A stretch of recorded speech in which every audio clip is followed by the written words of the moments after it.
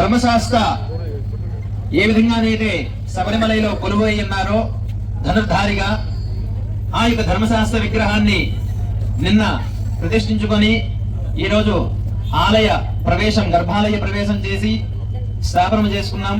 ఆ సందర్భంగా ప్రతి సంవత్సరం కూడా మనం స్వామివారి యొక్క ఊరేగింపు చేయాలి. కానీ నేను ధర్మశాస్త్రగా ధనుర్ధారిగా వచ్చినప్పుడే మీరు చేయండి అని స్వామివారి నిర్ణయమో ఏమిటో తెలియదు. 3 సంవత్సరాలు చేయలేకపోయాం. ఈ సంవత్సరం ప్రారంభించుకున్నాం. ఇటువంటి శుభ సందర్భంగా ఆలయానికి మూల స్తంభాలైనటువంటి ఇలా గోవింద సత్యనారాయణ గారు, అదేవిధంగా ఆళ్ళ సత్యబాబు గారి యొక్క వారి యొక్క ప్రోత్సాహంతో ఈ యొక్క ఆలయం ఎంత దేదీప్యమానంగా వెలుగుతుంది.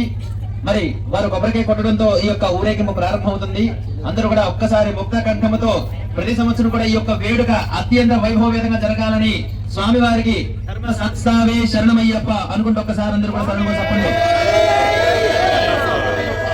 శ్రీ ధర్మశాస్త్రావే, శ్రీ ధర్మశాస్త్రావే, శ్రీ ధర్మశాస్త్రావే.